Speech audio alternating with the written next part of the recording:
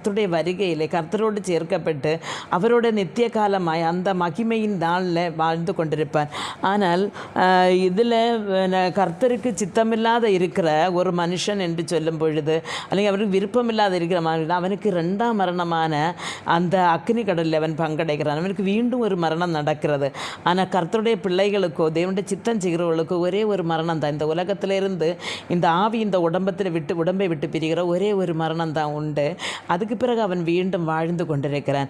ஆனால் அப்படியல்ல, அந்த ஒரு உலகத்திനും அதிலுள்ள ஆசை இச்சைகளுக்கும் இணங்க ஒரு வாழ்க்கையை நடத்தி கொண்டிருக்கிறவர்கள் இந்த உலகத்தை விட்டு பிரிந்தாலும் மீண்டும் 2ஆவதும் ஒரு ஆத்மாவுக்கு ஒரு மரணம் நரகத்தில் நடக்கிறது. அதனால் பிரியமான தேவனுடைய பிள்ளைகளே, உலகம் அதனுடைய மோகத்தை விட்டு தேவனுடைய சித்தம் இன்னதென்று அறிந்து அவருக்கு பிரியமான பிள்ளைகளாய் வாழ்ந்து அவருடைய ராஜ்யத்தில் போய் சேர கர்த்தர் நமக்கு ஒவ்வொருவருக்கும் கிருபை அருள்வாராக.